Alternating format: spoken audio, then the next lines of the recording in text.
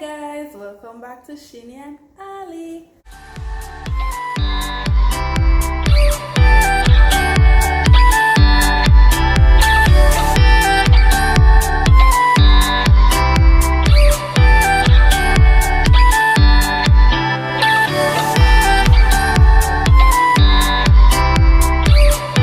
So as you guys can see, I wasn't here last week, but I'm back again with another video for you. So I realized that you guys reacted positive to the video that I posted about my first time buying a car in Jamaica, and this is kind of like a part 2. So I'll be telling you guys stories about my experiences as a first time car owner. So I guess you can just call it story time with Ali, right? So I have my handy dandy notebook with my notes and I'm ready to go. Let's go. So I'm gonna tell the time about how I got a flat tire and I found out that my rim was bad. So remember I told you guys I didn't get a spare tire with my car, right? I had to change all 4 tires because I got 4 bad tires. I'll include some pictures.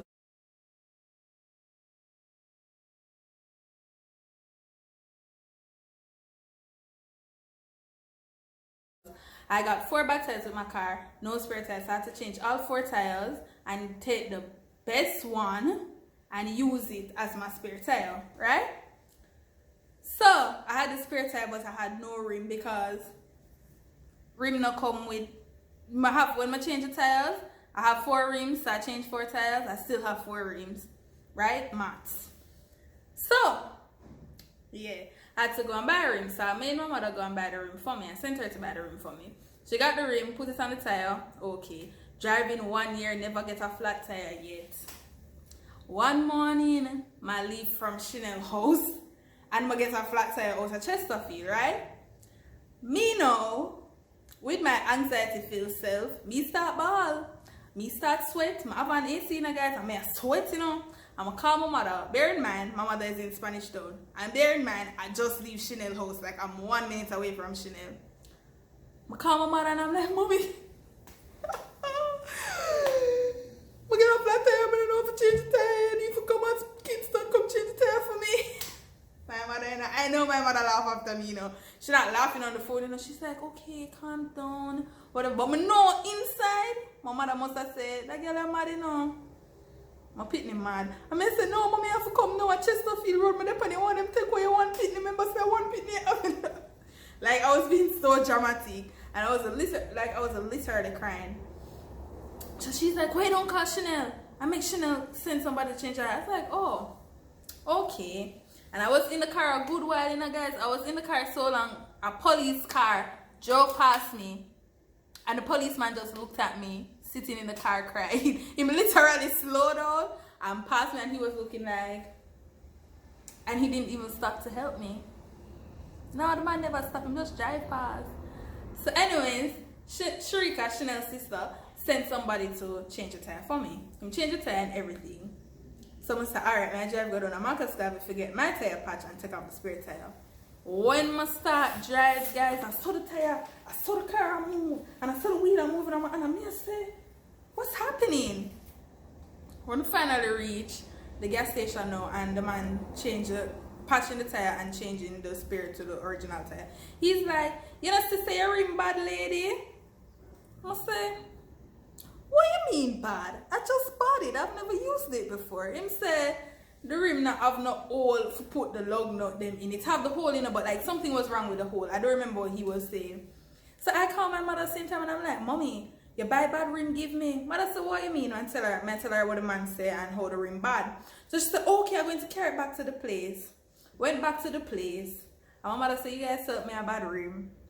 The man said, me, miss? Me sell you bad rim? And my mother said, no, not you. But if I saw the person, I would know it's them. But the person is not here right now.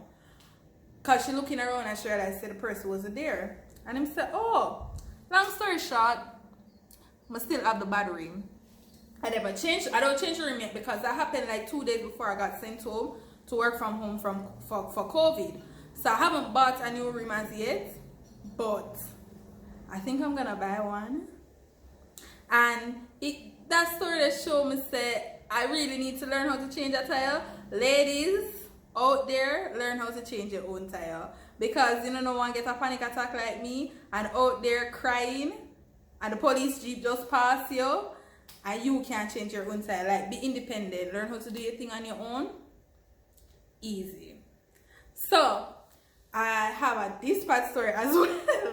I was changing dispatch like 4 times for the year. And people who drive on the know so don't change dispatch so often.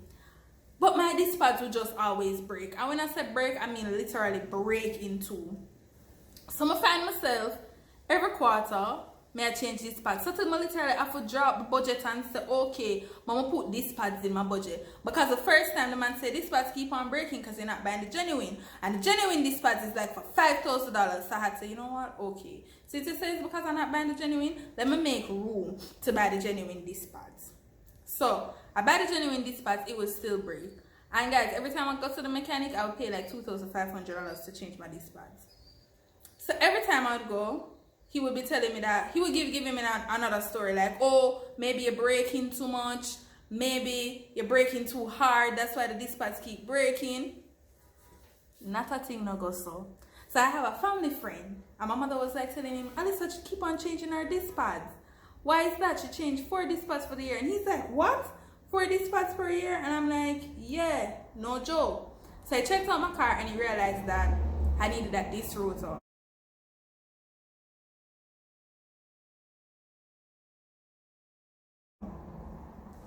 So okay guys, this is another like lesson. Always know what the part that you need looks like, because I went to the auto parts store and I told them, okay, a Honda Fit 2013 disc rotor, and they gave me this big part, and I was like, okay, yeah man, and I took it home. I took it to the mechanic, sorry, and he was like, no, it's the wrong part. So I had to end up exchanging it, one long piece of something, one piece of distress. So it turned out that the mechanics were scamming me. They probably knew that the disc rotor was bad, but they didn't tell me, because every time I kept coming, they were getting $2,500 from me to change this part. So they just had me coming back. But my family friend, he changed it for me, and since then, that was like February or January, and I have not changed my disc pad, and we're in July now. So sometimes as a woman, the mechanic them see as this little idiot, and them try to scam you, and really and truly it's wrong, but they do it. So it's best that you know certain things, or you go to somebody that you trust. Cause even my coworker was like to me, Alyssa, something wrong, you can't change this pad every 3 months. They must scam me, and at them time the light bulb like really? Yeah. And I'm gonna tell you guys about batteries. So since COVID, I noticed that my battery was itching when I started it, but it starts every day, so whatever, right? So since COVID, I haven't been going anywhere. So one day I forget to start my car in 3 days, and as I said that 3 days now I'm gonna start my car, I need to start it later. So on the 4th day I went outside and was starting the car, and the car just dead. No light, no nothing. Me running out of the house now. Mommy, the car dead, the car mashed up. And my mother come outside and she said, Alyssa, the battery just dead. And I was like, oh, okay. So how am I gonna get a new battery now? I called in around and the prices were just out of this world at the gas station. So I called Tropical Battery in Kingston. Bear in mind, you know guys, I live in Spanish Town. I called Tropical Battery in Kingston and they said, okay, they would deliver it for X amount. And X amount plus the battery cost still was less than what would have paid for the battery in a gas station in Spanish Town. Like, my mind blown right now. A man come from Kingston, install my battery. The battery price, the installation and the delivery was still cheaper than what I would have paid for the battery at a gas station. As I'm telling you, boom, mind blown. So guys, start your car every day. The battery guy came, he told me to start it at least every other day and make it run for 30 minutes or 20 minutes if you're not going to go anywhere for that week. So that's what I kind of try to do, but sometimes it's hard, but it's very important. Alignment and balancing of your vehicle. Me, I just drive. Me, said my mother car make for drive, I'm gonna drive it. I drop in a pothole every day, and it's not something I can't drive, you know. I think I drive too fast, So it's like when I see the pothole, I can't swerve fast enough because I drive too fast. Or I can't drop in it slowly because I drive too fast. So I align and balance my car every probably 4 months. And I think that's a lot. But you must know when your car needs to align and balance. It cannot drive like a shaky. And when you let go of the steering wheel, it don't go straight. That's what my mother tell me. Even it come to a point where the people them at the alignment stand, them know when I come in, them say browning. Walk on it good. I can't leave my car at the alignment stand, walk about my business, and leave them with my key, leave them with everything, and come back. That's how well they know me there, because that's how much I align my car. Guys, don't be like me. Don't drop in no patrol, because see they know, I need back shocks. I just went to alignment stand and them said, Ali, you have to go change your back shocks, because your back shocks, them wear out, them worn. So I have to go change back shocks, and that's like $45,000. So yeah, it's in a vehicle. So when I first got my car, my mother told me that normally people service a vehicle every 3,000 miles or every 6 months. And I'm like, okay, cool. So my car reached 3,000 miles in like 3 weeks. Not necessarily 3 weeks, in like a month. And I went to my mother and I was like, yo, mommy, my car reached 3,000 miles. She's like, what? But I'm a person, I drive a lot. I do road regular. I go Ochi runs, Portland, Mado Road, right? So she's like, what? And then she called my auntie, and my auntie was like, all right, let's say to 7,000 miles, just like somebody check like the oil and those stuff. So I was like, okay, cool. Because I'm like wondering to myself, oh, my mother told me it's a car service every 3,000 miles or every 6 months. But her basis was on her car, because she serviced her car every 6 months or every 3,000 miles, which sometimes she don't even reach in 6 months, because she work in Spanish Town and live in Spanish Town, and I work in Spanish Town and live in Kingston, plus I go like almost every weekend. So that was one of my first experiences servicing my car. Story is about how my mother broke my key in my ignition. So one Sunday, my mother just coming back from abroad and she never had any car, so she said, Ali, I'm going to drive your car to church. I'm like, okay, whatever. My mother broke out the key in the ignition, guys. She called me. And so, I don't know what to do. I don't know what to do. As much as me dramatic, and my mother said she not dramatic.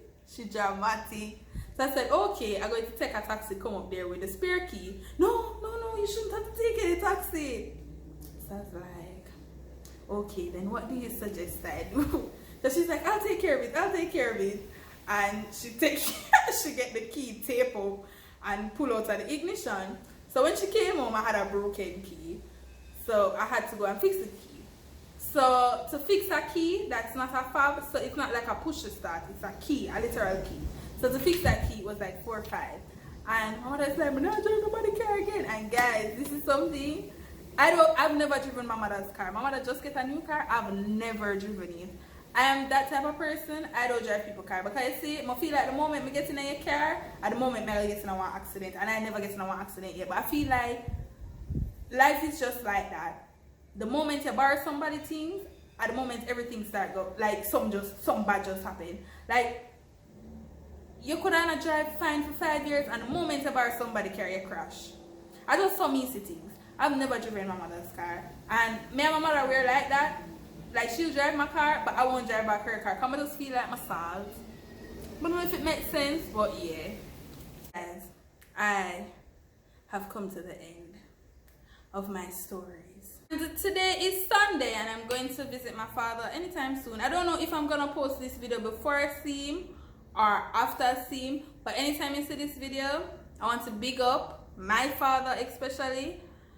I'm bigging up all the fathers, you know, but I'm bigging up my father first. I want to big up my father. Happy Father's Day, Daddy. He's my #1 supporter. As my post a video, him say, Ali, I like the video, and him give me a comment on the video. Him say it alright sometime, and then sometime him say, yo, I love that video.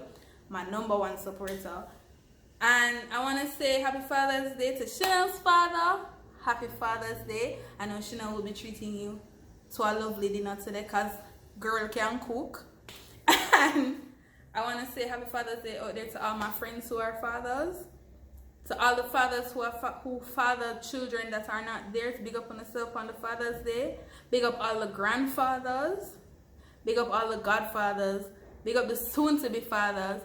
A lot of Jamaicans, they don't put emphasis on Father's Day, But there's some really amazing fathers out there, and they deserve all the love that you give your mother on Mother's Day. The good father, them deserve that love there too. So big up every father. Happy Father's Day. Happy Father's Day, Daddy. Bye guys. See you next week.